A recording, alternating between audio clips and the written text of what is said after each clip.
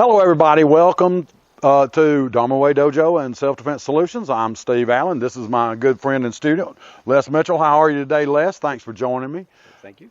Look, what we're going to do, and this is one of the first videos we have on our blog page, we want to show you what we teach here. So we're located in Christchurch, New Zealand. You'll see some graphics below, and it'll tell you how to get in touch with us. Come and get 2 free lessons. No obligation whatsoever. Let's see if it's for you. Because for some people it's not. Because let me tell you something about self-defense. We teach 4 different martial arts here, but we also have certification in self-defense. There are 5 levels of that. It has been approved of by our association. So it is credentialed, it's real. You can come and get it, and you can understand it. I'm going to show you what makes us different to all the other dojos. I'm going to show you why you need to come here if you want realistic self-defense. And the problem that's been going around for many years in the United States and here in New Zealand is the problem that a technique is what you need. And then if you're smaller than they don't take into account if you're smaller than your opponent or you've got more than one opponent, that technique's not going to work because it's going to have to rely on force. It's going to have to rely on your strength. Well, how can you realistically and honestly teach a small woman to fight a guy like this? This guy's probably 6'1" or so. He may weigh 250 pounds. Very few techniques work on that person. Yeah, you could be quicker than him, but still you may hit him in such a way that it just makes him mad, just makes him angry. It's not going to cause him to stop or dissuade him from attacking you further. And in a real self-defense situation, that's what you have to do. It's not about points. There's no referee. There's no rules. None. There's only one rule, survive. And so you have to learn to use your body. And we'll get into that a lot because I teach a lot of internal martial arts.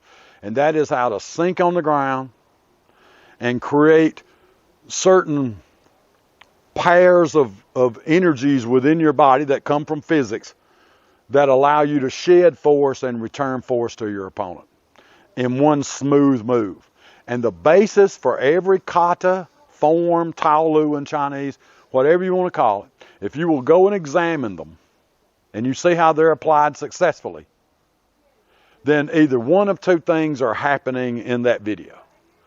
Number 1 is he throws a blow and stops. Then I do my technique. Well, I'm an old policeman and corrections officer. I've had to fight a lot of people and real criminals, not just students who do what you tell them to do in the dojo. And here's the problem with that. Throw that blow. This never happens. Okay? First off, this never happens. He doesn't throw a blow and stop. If he throws that blow and you're trying to block it, he's heavier than you and he started earlier than you, because the definition of power or force is what? Mass times acceleration. Well, guess what? He started accelerating before I did.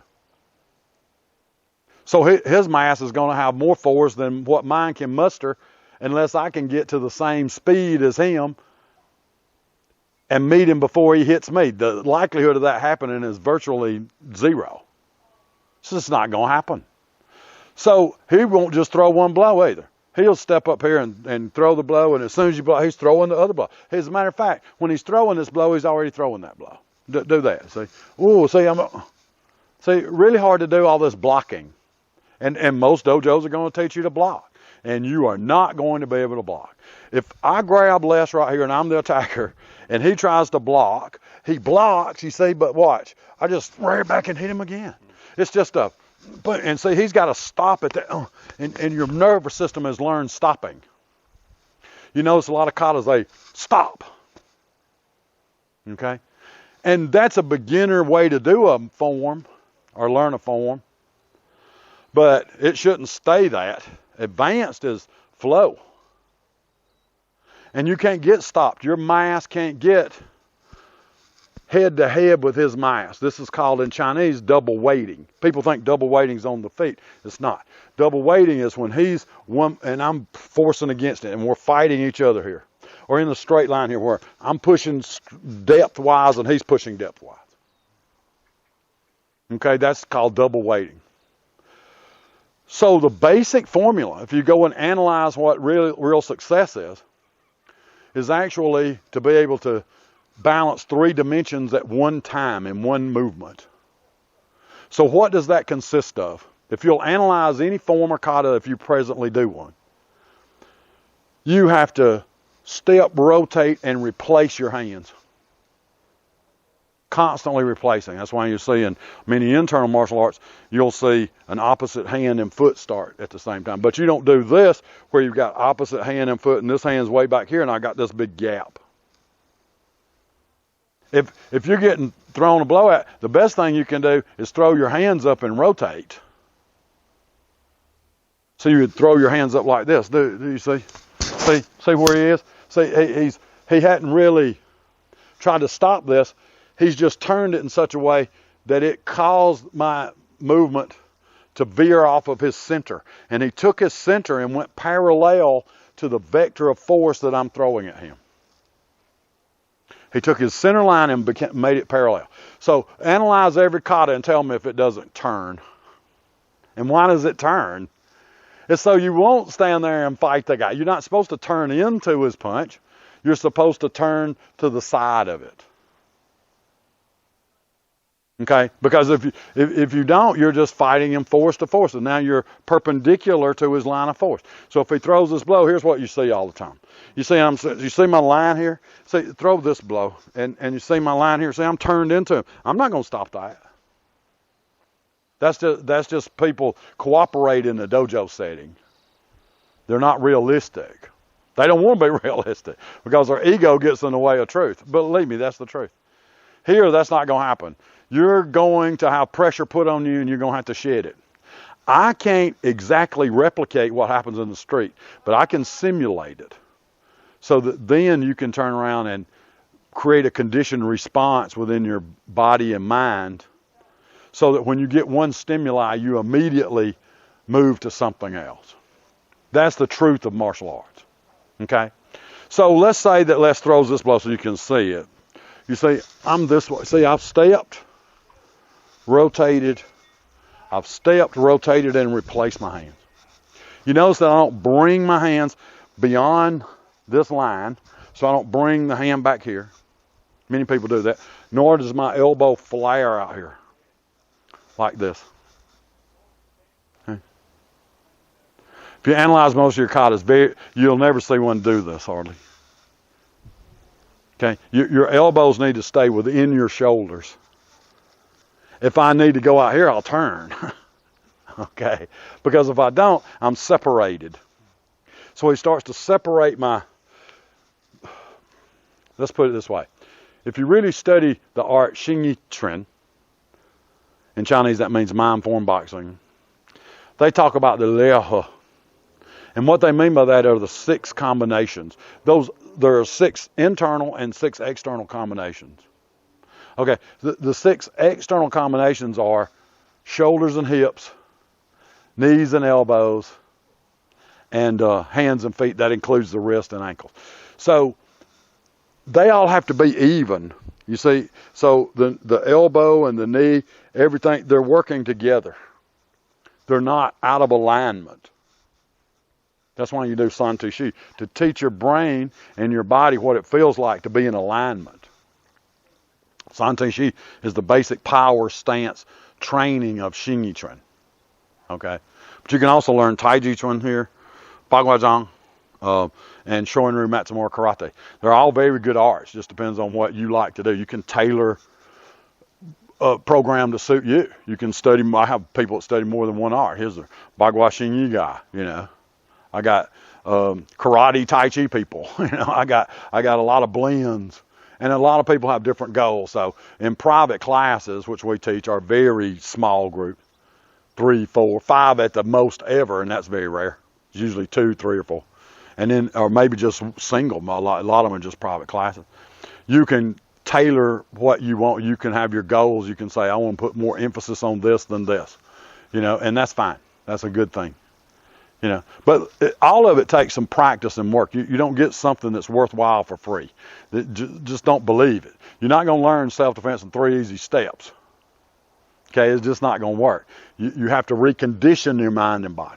As I tell many of the students that come here, you can't learn martial arts with the same mind that you came here with. Okay, you can't do that. So if he's pushing me, say he grabs my throat and he steps towards me and he's going to push and hit me, and this happens really quick, you know, you're like that all of a sudden. That's a common attack. And that's a common attack, frontal. Most attacks are not frontal. You can think they are, but they're not. Especially if you're a female, your attack's not going to be frontal. Very rarely. It's going to be when you're not looking, when you're not aware, when you let your guard down for a moment. That's what predators look for. We're talking about predators. We're not talking about, oh, I'm agreeing to have a fight with him in the park at 9 a.m. or something. Okay, that's a contest. Even though it's agreed upon, it's a contest. If he's standing in a queue somewhere and I walk up and hit him, that wasn't an agreed upon contest. That was an ambush. That was an assassination. And you have to realize the difference. Most dojos are teaching you to have a contest, like it's going to be a fair contest. Believe me, I'll teach you all the stuff here that they won't let you do in UFC and MMA or any other contest. I'm going to tell you, you have to be vicious, because your goal is to survive, not to win on points. There's no points out here. There's no points on the street, man. There's no points in a dark alley. Okay, and I know I sound adamant or harsh or whatever, but if you're not in tune to the harshness of and the reality of self-defense, this is not the place for you. You need to go to the Disneyland martial arts schools. There are plenty of them. There's plenty of Mickey Mouse schools, man. You know what I mean? So you know, we're going to be for real here. And most people that came here, a lot of people that came here, came because they were attacked. Some had previous training and found out, hey, that didn't work too good. Yeah. So you have to match what he's doing. You have to do what he's doing. So in a very simple way, say if I was standing here and he threw the blow, I wouldn't cross over like this. You say, I wouldn't just stand here and do this. Or I wouldn't put my hands up like this for sure. Because a bigger person will just beat you down. There is no defense. You're not really defending. You're shedding and returning. That's what you have to think about. That's why in Bagua they have something called swimming body. That's what you're doing. You're replacing your hands by pulling water. That's a pretty good analogy of what I'm teaching. So that if he were to grab me here and push me backwards to hit me, you see what I mean? And I'm trying to resist them. He's already started first and I've lost my balance just a little bit. I'm done. And it happens that quick. I'll show you just how quick it happens. See, and they don't, a lot of places won't teach you that because they have no answer for it. Okay? Because here's what will happen in the dojo when they're training. But that conditions you to, if you get grabbed, you're just waiting for him so you can remember what to do. He's not going to wait on you. He's going to move to the next thing, to the next thing, to the next thing very rapidly. And you're going to be overwhelmed. So you have to condition yourself that the moment that he pushes me, you see what I mean, or he grabs me and wants to give me a shove, is that I can rotate, you see what I mean? And see these hands replaced. And it's good as a step to shift your weight. When I say step, it could be like this. It could be a skip step like this, or it can be just a shifting of the weight. That step generally brings you into the plane of depth at some point. So say he grabs me again, he pushes me, you see what I mean? I don't want to step into his wheelhouse here. He's got me shoved. So what I'm doing is I'm using this elbow against him. Let me tell you something about the human body that I've discovered.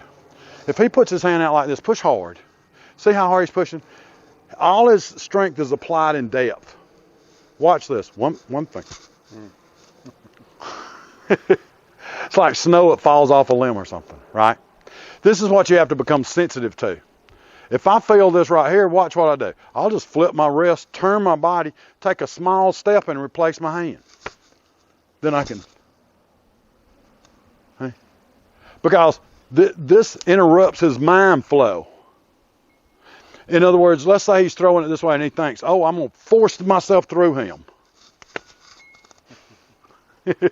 because all his tension in his muscles are being applied in one direction. Notice that you can't apply the tension in your muscles in 3 directions at once. Try it. Try it. That's true. You say, speak up because I can't hear you on this one. No, that's definitely true. Your joints lock up. Yeah, see, so he said, look. Yeah. See, and now, if we'll look right here, he's outside his shoulder. So, I mean, he was applying this here. Now watch, you see, he's outside the shoulder. I'm still inside the shoulder. In many of the martial arts I teach, there are circularity between the shoulders. If I need to go somewhere else, I'll turn my body and stay within my shoulders.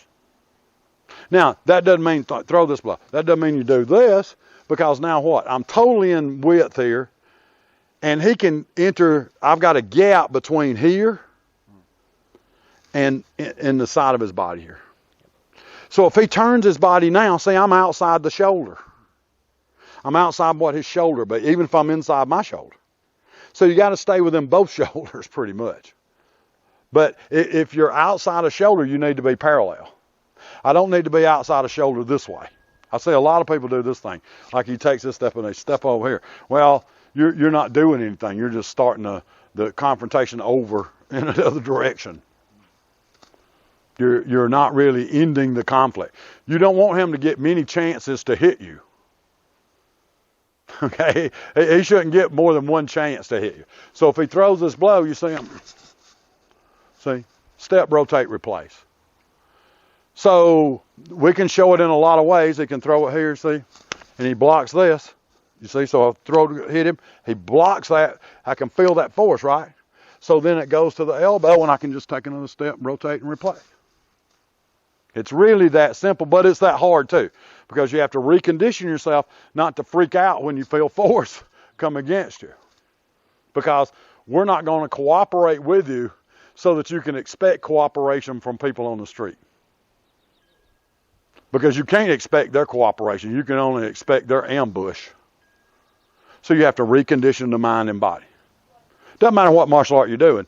That's at the very heart of it. Step, rotate, and replace.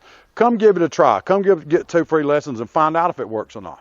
Even if you know another martial art, let's find out if you can make your martial art actually work in real conditions. Thank you very much. We'll see you where? Inside the dojo.